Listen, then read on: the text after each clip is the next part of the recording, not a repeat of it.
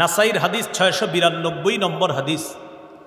সুলাইমান নবী যখন বাইতুল মুকাদ্দাস নির্মাণ করার কাজ শেষ করেন, আল্লাহর কাছে তিনটা দোয়া করছেন, তিনটা জিনিস চাইছেন। এক নাম্বার হুকমান ইউসাদিফু হুকমা, আল্লাহ আমি যে বিচার করব আমার বিচারটা যেন আপনার বিচারের মতো হয়, অর্থাৎ আপনার বিচারে যেন কোনো ভুল হয় না, আমার বিচারেও যেন ভুল না হয়। মাবুদ, এই যোগ্যতাটা আপনার কাছে চাই। দুই নাম্বার ওয়ামুলকান লা ইয়ামবাগি লিআহাদিন মিন বাদি, আল্লাহ আমারে এমন একটা রাজত্ব দিবেন যে রাজত্ব আমার পরে দুনিয়ার আর কাউকে দিবেন না আপনি। কটা হইল? তিন নাম্বার সুলাইমান নবী বললেন, আল্লাহ আমি যে এই ঘরটা পুনর্নির্মাণ করলাম, আল্লাহ ইয়াতিয়া হাদাল মসজিদ আহাদুল্লাহ ইউরিদু ফিহি ইল্লাস সালাহ, এই মসজিদে কোনো মুসলমান যদি নামাজ পড়ার নিয়তে আসে, আল্লাহ খরজা মিন যুনুবিহি কায়াউমিন ওয়ালাদাতহু উম্মুহু, সে নামাজ পড়ার পর যেন মা জন্ম দিলে যেমন নিষ্পাপ হয়ে যায়, ওই ব্যক্তিও যেন এমন নিষ্পাপ হয়ে যায়। নবীজি বলেন, সুলাইমান নবীর প্রথম দুইটা দোয়া আল্লাহ তার জীবদ্দশায় কবুল করছে। সুলাইমান নবী বিচার করলে কোনো ভুল হইতো না, আর সুলাইমান নবীর মতো রাজত্ব তারপরে আর আল্লাহ কাউকে দেন না। বাতাসের কথা বুঝতেন, পিঁপড়ার কথা বুঝতেন, জিনের কথা সব কিছু বুঝতেন তিনি। সূরা নামলে লম্বা আলোচনা। এই 300 বছরের বেশি সাম্রাজ্য করতে করতে তারা ঘটনা ঘটাইতে ঘটাইতে আল্লাহ পাক রব্বুল আলামিন দুনিয়াতে একজন নবী পাঠায় দিলেন, তার নাম ঈসা আলাইহিস সালাতু ওয়াস সালাম। কি নাম? ঈসা আলাইহিস সালাম আসার পরেই শুরু হয়ে গেল খ্রিস্ট বর্ষর গণনা। এখন যেটা বলি আমরা 1900 এত 2000 এত 2000, এই ঈসা নবী থেকে গণনা, এটা ইংরেজি গণনা। ঈসা নবী আগমন করার পর তাওহীদের দাওয়াত দিল। বেশিরভাগ মানুষ তাওহীদের দাওয়াত গ্রহণ করলো না। নির্যাতনে জ্বালায় ঈসা নবীকে আল্লাহ উঠায়া নিলেন আসমানে। এখন ঈসা নবী 2 নাম্বার আসমানে জীবিত অবস্থায় আছে। কিয়ামতের আগে ঈসা নবী আসবে, এটা কিয়ামতের বড় আলামতের একটা। ঈসা নবী চলে গেলেন।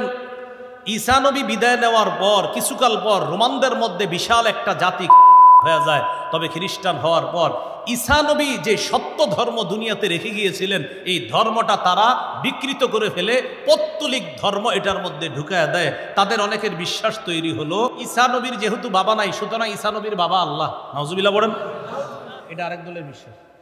আরেক দলের বিশ্বাস হলো ঈসা নবী 3 খোদার এক খোদা।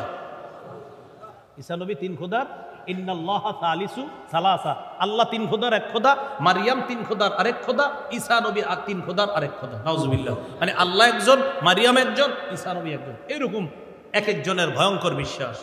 তো এগুলা মাথায় না আনা। ঈসা নবী চলে গেলেন আসমানে।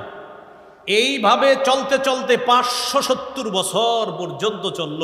570-এ আল্লাহ পাক রব্বুল আলামিন পৃথিবীর সবচাইতে শ্রেষ্ঠ মহামানব, আল্লাহর পরে যিনি এই জগৎ ওই জগৎ যত জগৎ হয় সব জগতে শ্রেষ্ঠ, এমন একজন ব্যক্তিকে পাঠাইলেন, আমাদের প্রাণের নবী, দয়াল নবী মুহাম্মদুর রাসূলুল্লাহ সাল্লাল্লাহু আলাইহি ওয়াসাল্লাম। আমাদের নবী আসলেন 609 খ্রিস্টাব্দে। আল্লাহ নবীজির নবুয়ত প্রকাশ ঘটাইলেন। নবীজি সাল্লাল্লাহু আলাইহি সাল্লাম মক্কায় 13 বছর নির্যাতনের শিকার হলেন, সাহাবায়ে কেরাম নির্যাতিত হলেন, চলে গেলেন হিজরত করে মদিনায়। নবী মদিনায় যাওয়ার পর বললেন, সাদাকুনু হিজরতুন বাদা হিজরা, শোনো এই যে আমরা মদিনায় হিজরত করলাম, এরপরে আরেকটা হিজরত হবে। সাহাবীরা বললেন, হুজুর সেটা আবার কোন হিজরত? নবী বললেন, ওই হিজরতটা হলো আমার উম্মত হিজরত করে, ইব্রাহিম নবী হিজরত করে যেখানে গিয়েছেন আমার উম্মত সেখানে যাবে, আমার উম্মত হিজরত করে যাবে, তখন তারাই হবে পৃথিবীর সবচাইতে শ্রেষ্ঠ। নবী বলছেন তারা হবে পৃথিবীর সবচেয়ে শ্রেষ্ঠ, যারা হিজরত করে আশেপাশে যাবে। তৈয়ার হন, প্রস্তুত হন।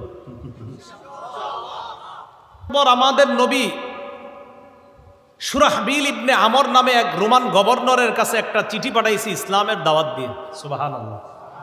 রোমান গভর্নর শুরাহবিল ইবনে আমর চিঠি পড়ার পর নবীর চিঠি যে নিয়ে গেছে, চিঠি বাহককে আমাদের নবী খুব কষ্ট পাইলেন।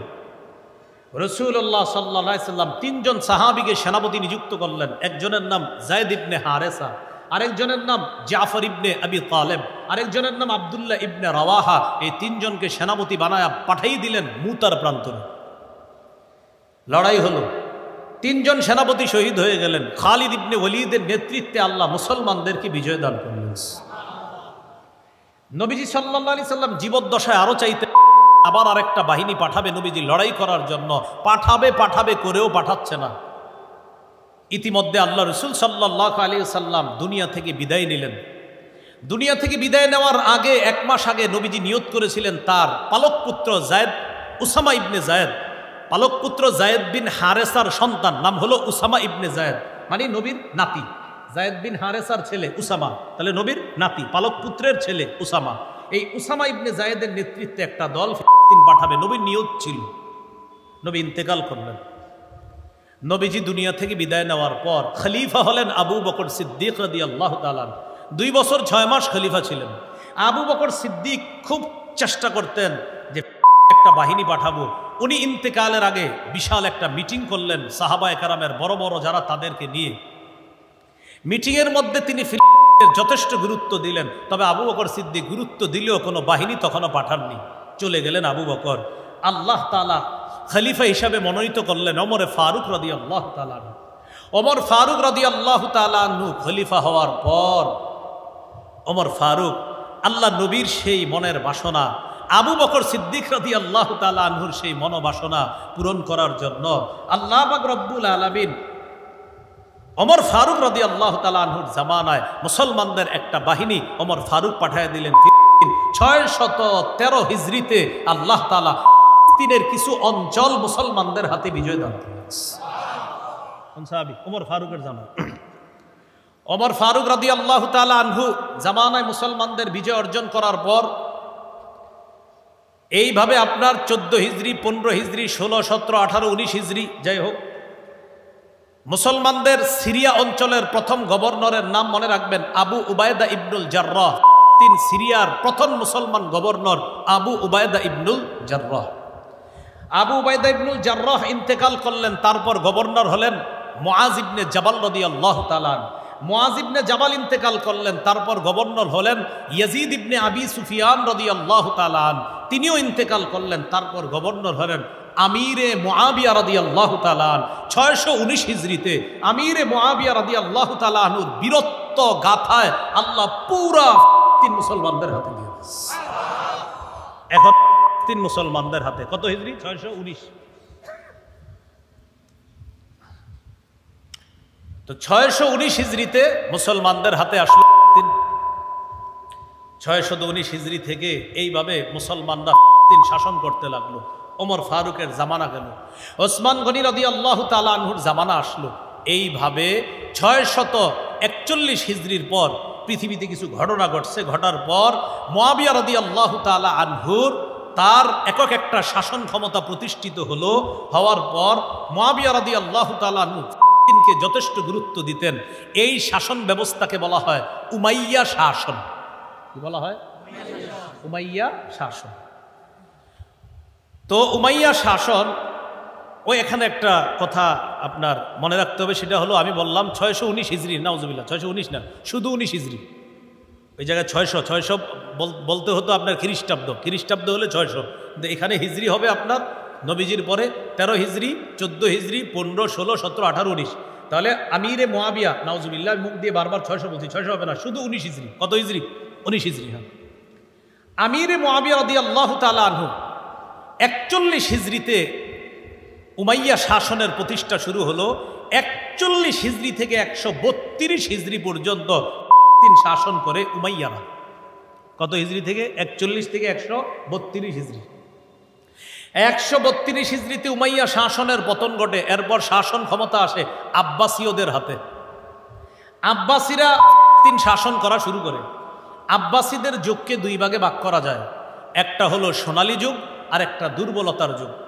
সোনালী যুগ হলো আব্বাসীরা ওই সোনালী যুগে ফিলিস্তিনের অনেক উন্নতি সাধন করেছিল। আব্বাসীরা ফিলিস্তিনকে যথেষ্ট গুরুত্ব দিত, তবে গুরুত্ব দিলেও উমাইয়াদের জামানায় যতটা গুরুত্ব ছিল ফিলিস্তিনের, আব্বাসীদের জামানায় ততটা গুরুত্ব থাকলেও গুরুত্ব দিতে পারে নাই। কেন? উমাইয়াদের জামানায় মুসলমানদের খেলাফতের রাজধানী ছিল দামেস্কে, আর আব্বাসীয়দের জামানায় মুসলমানদের খেলাফত ব্যবস্থার রাজধানী স্থানান্তরিত করে নেওয়া হয় বাগদাদে। দামেস্কের কাছ থেকে কাছে আর বাগদাদের কাছ থেকে দূরে। স্বাভাবিকভাবে দূরত্বের কারণে গুরুত্ব কমে আসে। কথাটা বুঝছেন? দামেস্ক ছিল কাছে, গুরুত্ব ছিল বেশি। বাগদাদ দূরে হয়ে যাওয়ার কারণে গুরুত্ব থাকলেও গুরুত্বটা কমে গেছে। এবার একটু মনে রাখেন, আব্বাসীয়দের দুর্বলতার যোগে 254 হিজরি, প্রিয় ভাইয়েরা কত হিজরি? 254 হিজরিতে এক ব্যক্তি, তার নাম আহমদ ইবনে তুলুন, তিনি আব্বাসীয়দের দুর্বলতার যোগে আব্বাসীয়দের কাছ থেকে তিনি সরে গেলেন। সরে গিয়ে তিনি কি করলেন? তিনি উদ্ধার করলেন। উদ্ধার করার পর 264 হিজরিতে তিনি একটা সাম্রাজ্য গড়ে তুললেন। তিনি, এটার নাম তুলুনি সাম্রাজ্য। কি সাম্রাজ্য? তুলুনি। এই তুলুনি সাম্রাজ্য তিনি গড়ে তোলেন 264 হিজরিতে। 264 হিজরি থেকে তুলুনি সাম্রাজ্য তিনি শাসন করে 57 বছর। প্রিয় ভাইয়েরা, কয় বছর? তুলুনি সাম্রাজ্যের পতন ঘটে যার হাতে, তার নাম মোহাম্মদ ইবনে তুগস ইখশিদি। তুগস, মোহাম্মদ ইবনে তুগস। তুগস বানান হলো তয়রস্যকার গ বর্গীয় জ, মোহাম্মদ ইবনে তুগস। এই মোহাম্মদ ইবনে তুগস ইখশিদির হাতে তুলুনি সাম্রাজ্যের পতন ঘটে। তখন নতুন সাম্রাজ্য শুরু হলো, এটার নাম হলো ইখশিদি সাম্রাজ্য।